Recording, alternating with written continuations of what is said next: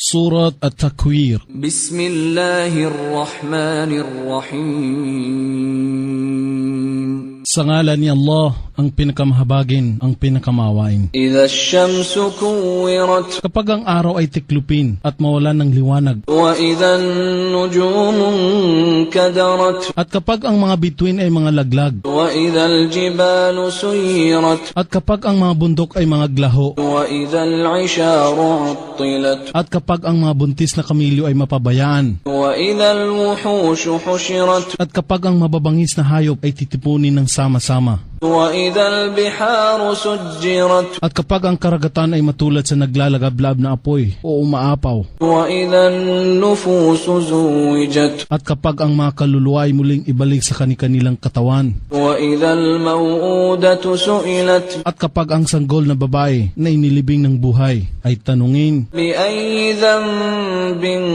qutilat. sa anong kasalanan siya ay pinatay. Wa idha as-suhufu nushirat. At kapag ang mga talaan ng mga gawa ng bawat tao ay laladlad. Wa idha as-samaa'u kushitat. At kapag ang kalangitan sa kaitaasan ay tanggalin at mawalan sa kanyang kinalalagyan. Wa idha al-jahimu su'irat. At kapag ang impyerno ay pagningasin ng nag-aalimpuyong apoy. Wa idha al-jannatu uzlifat. At kapag ang paraiso ay gawing malapit. Alimat nafsum ma ahdarat. At ang bawat tao ay makababatid ng bagay na kanyang ginawa. Fala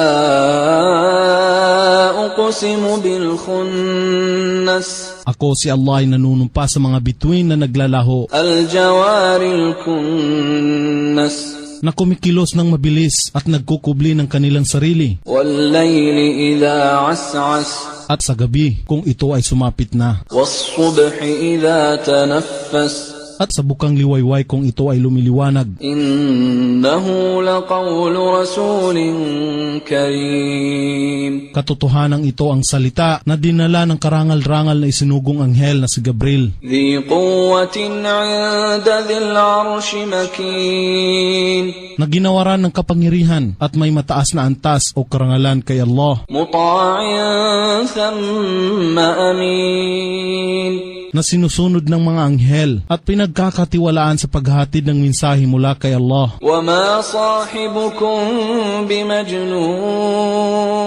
At ang inyong kasama si Muhammad ay hindi isang baliw. Wa laqad ra'ahu bil ufuqil mubin. At katotohanan kanyang napagmala si Gabriel nang maliwanag sa hangganan. Wa ma huwa 'alal ghaibi bidanin. At siya ay hindi nagtatago ng anumang mensahe na ibinigay sa kanya. Wa ma huwa biqawli shaytanir rajim. At ito ay hindi salita ng isinumpang si Satanas. Fa ayna tadhhabun? Kung gayon, saan kayo patutungo? In huwa illa dhikrun lil alamin.